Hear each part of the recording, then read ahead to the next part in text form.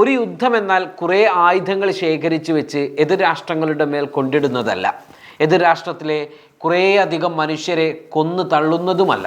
മറിച്ച് യുദ്ധം ബുദ്ധിയാണ്, യുദ്ധം കൗശലമാണ്, യുദ്ധം തന്ത്രവും കുതന്ത്രവും മനഃശാസ്ത്രവുമൊക്കെയാണ്. തങ്ങളുടെ ആയുധശക്തിയിൽ വിശ്വാസമർപ്പിച്ച് യുദ്ധം ചെയ്യാൻ ഇറങ്ങിയതാണ് അമേരിക്ക. ഇറാൻ ആവട്ടെ ഈ യുദ്ധം ഏത് നിമിഷവും പ്രതീക്ഷിച്ച് ആയുധങ്ങൾക്ക് മൂർച്ച കൂട്ടിയും വാരിക്കുഴികൾ വിരിച്ചും കാത്തിരിക്കുകയുമായിരുന്നു. യഥാർത്ഥത്തിൽ ഈ യുദ്ധത്തിൽ ആരാണ് പരാജയം രുചിച്ചു കൊണ്ടിരിക്കുന്നത്, ആരാണ് യുദ്ധത്തിൽ നിന്നും കരകയറാൻ ആഗ്രഹിക്കുന്നത് എന്നതാണ് നമ്മൾ പരിശോധിക്കുന്നത്. ആ പരിശോധനയിൽ ഈ യുദ്ധത്തിൻ്റെ അനന്തരഫലങ്ങളും സാധ്യതകളുമൊക്കെ നമ്മൾ ചർച്ച ചെയ്തു പോവുകയാണ്. ലോകം തന്നെ ഈ യുദ്ധത്തെ ട്രംപിൻ്റെ എടുത്തുചാട്ടമായാണ് വിലയിരുത്തുന്നത്.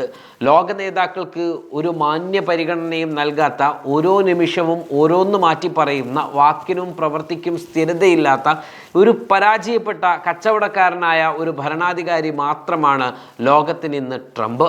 അമേരിക്ക എന്ന് പറയുന്ന രാഷ്ട്രത്തിൻ്റെ മുൻകഴിഞ്ഞ പ്രസിഡന്റുമാരുടെ അവസ്ഥകൾ വെച്ച് പരിശോധിക്കുമ്പോൾ വിഭ്രാന്തിയുള്ള ഒരു പ്രസിഡന്റ് പോലെയാണ് അമേരിക്കക്കാർ തന്നെ അദ്ദേഹത്തിന് മാർക്കിടുന്നത്. ഈ അടുത്താണ് വൈറ്റ് ഹൗസിലെ പ്രതിരോധ മന്ത്രാലയത്തിൻ്റെ പേര് യുദ്ധകാര്യ മന്ത്രാലയം അഥവാ വാർ ഡിപ്പാർട്ട്മെൻറ്റ് എന്നാക്കി ഭരണകൂടം മാറ്റുന്നത്. അന്നതിന് ട്രംപ് പറഞ്ഞ കാരണം അമേരിക്ക ലോകശക്തിയാണ്, ഞങ്ങൾ ആക്രമിക്കാനോ ഞങ്ങൾക്കെതിരെ നീങ്ങാനോ ഒരു ശക്തിയുമില്ല, പിന്നെ ഞങ്ങൾക്കെന്തിന് പ്രതിരോധ വകുപ്പ് എന്ന പേര് വേണം, പകരം അമേരിക്ക യുദ്ധം ചെയ്യുന്നവരാണ്, അതുകൊണ്ട് തന്നെ വാർ മിനിസ്ട്രി എന്നാണ് ഞങ്ങളുടെ പേര് മാറ്റുന്നത് എന്ന് പറഞ്ഞുകൊണ്ടാണ് ആ പദ്ധതി അവിടെ മാറ്റുന്നത്. എന്നാൽ ആ പേര് മാറ്റിയ ശേഷം നടന്ന നേരിട്ടുള്ള ആദ്യത്തെ യുദ്ധമാണ് ഇറാനുമായിട്ടുള്ളത്. വെനസ്വേലയിലേത് പോലെയുള്ള തട്ടിക്കൊണ്ടുപോകൽ പോലെ വളരെ പെട്ടെന്ന് തങ്ങൾക്ക് ഇറാനും സാധ്യമാകുമെന്നതുകൊണ്ടാണ് തുടക്കം മുതൽ തന്നെ ഒരാഴ്ച കൊണ്ട് യുദ്ധം അവസാനിപ്പിക്കുമെന്നും റെജിം ചേഞ്ച് ഇറാനിൽ എത്രയും പെട്ടെന്ന് ഞങ്ങൾ നടത്തുമെന്നുമൊക്കെ ട്രംപ് പ്രസ്താവിച്ചിരുന്നത്.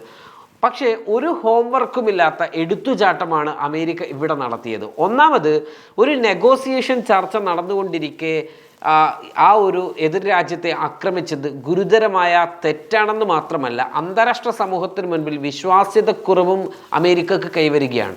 രണ്ടാമത്തെ സംഭവം, യുദ്ധത്തിൻ്റെ ആദ്യ നാളിൽ തന്നെ ഇറാനിലെ സ്കൂൾ ആക്രമിച്ച് കുറേ അധികം കുഞ്ഞു മക്കളെ, സ്കൂൾ കുട്ടികളെ കൊന്നു തള്ളി. 168ഓളം കുട്ടികളെ അമേരിക്ക അവിടെ കൊന്നു തള്ളുകയാണ്. ആക്രമണം തുടങ്ങും മുൻപ് ഇറാൻ ജനതയിൽ ചെറിയൊരു വിഭാഗത്തിനെങ്കിലും ഭരണമാറ്റം വേണമെന്ന ആവശ്യമുണ്ടായിരുന്നു. അവർ അതിനുവേണ്ടി തെരുവുകളിൽ പ്രതിഷേധിച്ചിരുന്നു. അമേരിക്കയുടെ ഈ ചെയ്തി മൂലം അവർക്കിടയിൽ ദേശീയ വികാരം വീണ്ടും തിളച്ചു പൊന്തി എന്ന് മാത്രമല്ല, അമേരിക്കക്കെതിരായിട്ടുള്ള യുദ്ധക്കുറ്റം കൂടി കണ്ട് അമേരിക്കൻ വിരുദ്ധ ഒരു മനോഭാവം കൂടി അത്തരം പ്രക്ഷോഭകരിലേക്ക് കൂടി ഉയർന്നു വന്നു. മറ്റൊന്ന്, അവരുടെ പരമോന്നത നേതാവ് ആയത്തുള്ള അലി ഖാംനയിയെ കൊന്ന സംഭവമാണ്. ഇത് കൂടുതൽ പ്രത്യാക്രമണം ക്ഷണിച്ചു വരുത്തിയെന്ന് മാത്രമല്ല, അമേരിക്കയുടെ നില കൂടുതൽ പരിങ്കലിലുമായി. ഒരുപക്ഷെ ഖാംനയി ജീവിച്ചിരുന്നുവെങ്കിൽ യുദ്ധം ഇനി അവസാനിപ്പിക്കാമെന്ന ഒരു വാക്കെങ്കിലും ലോകം കേൾക്കുമായിരുന്നു. എന്നാൽ നാഥൻ നഷ്ടപ്പെട്ട ഇറാൻ ഇനി മറ്റൊന്നും നഷ്ടപ്പെടാനില്ലെന്ന കണക്ക് കൂട്ടലിൽ പ്രത്യാക്രമണം തന്നെ നടത്തി. ഖാംനയിയേക്കാൾ തീവ്ര ചിന്താഗതിക്കാരനും യുവത്വവുമായ മകൻ മുജ്തബ ഖാംനയി അധികാരത്തിലെത്തി എന്ന് മാത്രമല്ല, ഒരു ചർച്ചയും ഇനി ഈ വിഷയത്തിൽ ഇല്ല എന്ന പ്രഖ്യാപനവും മുജ്തബ ഖാംനയി നടത്തി. യുദ്ധം വളരെ പെട്ടെന്ന് നടത്തി ഒരേ സമയം കൂടുതൽ ആക്രമണങ്ങളും പരിക്കും സൃഷ്ടിച്ച് വേഗത്തിൽ ഇറാനെ സമ്മർദ്ദത്തിലാക്കി കീഴ്പ്പെടുത്താമെന്ന തന്ത്രമാണ് അമേരിക്ക പ്രയോഗിച്ചത്, അഥവാ ഓപ്പറേഷൻ എപ്പിക് ഫ്യൂരി. ഇറാന്റെ കമാൻഡ് സെന്ററുകൾ, മിസൈൽ താവളങ്ങൾ, ആണവ നിലയങ്ങൾ എന്നിവ തകർത്ത് രാജ്യത്തെ നിശബ്ദമാക്കുക, ഇതായിരുന്നു അമേരിക്കയുടെ തന്ത്രം. എന്നാൽ ഇതിനെ ഇപ്പോൾ ഓപ്പറേഷൻ എപ്പിക് ഫ്യൂരി എന്നല്ല, ഓപ്പറേഷൻ ക്രൈങ് ഫ്യൂരി അഥവാ കരയുന്ന രംഗം എന്നാണ് വിളിക്കേണ്ടത്.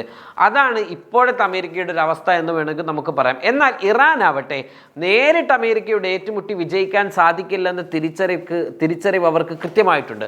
അവർ പ്രയോഗിച്ചത് മൊസൈക്ക് ഡിഫൻസ് തന്ത്രമാണ്. നേതാവ് കൊല്ലപ്പെട്ടാലും സൈനിക ശ്രേണി തകർന്നാലും ഓരോ ദിക്കുകളിൽ നിന്നും ആജ്ഞകൾ ലഭിക്കാതെ തന്നെ അവ എങ്ങനെ പ്രാവർത്തികമാക്കാം, പ്രഹരിച്ചു കൊണ്ടിരിക്കാം, അങ്ങനെ വന്നാൽ യുദ്ധം എങ്ങനെ കൊണ്ടുപോകാം എന്നതൊക്കെയായിരുന്നു അവർ കേന്ദ്രീകരിച്ചതും അവർ തയ്യാറായി നിന്നതും. ഇങ്ങനെയൊക്കെ വരുമ്പോൾ യുദ്ധം നീണ്ടു നിൽക്കും. ആ കാഴ്ചയാണ് നമ്മൾ കണ്ടുകൊണ്ടിരിക്കുന്നത്. മാത്രമല്ല, അമേരിക്കൻ സഖ്യകക്ഷികളായ അറബ് രാഷ്ട്രങ്ങളുടെ ബേസുകൾ ആക്രമിക്കുന്നതിലൂടെ രണ്ട് കാര്യങ്ങൾ ഇറാൻ കേന്ദ്രീകരിച്ചു. ഒന്ന്, അമേരിക്കൻ താവളങ്ങൾ തകർക്കുക, പ്രതിരോധ സംവിധാനങ്ങൾ ഇല്ലാതെയാക്കുക, അതുവഴി കൂടുതൽ ആക്രമണങ്ങൾ ഇസ്രയേലിന് മേൽ നടത്തുക. രണ്ട്, അമേരിക്കയെ കൊണ്ട് ഗൾഫ് രാജ്യങ്ങൾ അസ്വസ്ഥരാകുന്നു എന്ന് ഗൾഫ് രാജ്യങ്ങൾക്ക് മേൽ വിശ്വസിപ്പിക്കുക, അങ്ങനെ വരുത്തി തീർക്കുക. അതുവഴി അറബ് രാഷ്ട്രങ്ങൾക്ക് അമേരിക്കൻ സുരക്ഷയിലുള്ള വിശ്വാസം നഷ്ടപ്പെടുകയും അമേരിക്കൻ ഡിപ്പെൻഡഡ് നിലപാടുകളിൽ നിന്നും അവരെ പിന്തിരിപ്പിക്കുകയും ചെയ്യുക. അതിലും ഇറാൻ ഏറെക്കുറെ വിജയിച്ചു. ഒരുപക്ഷെ ഈ യുദ്ധം നീട്ടിക്കൊണ്ടുപോകൽ ഇറാന്റെ ആവശ്യമാണ്.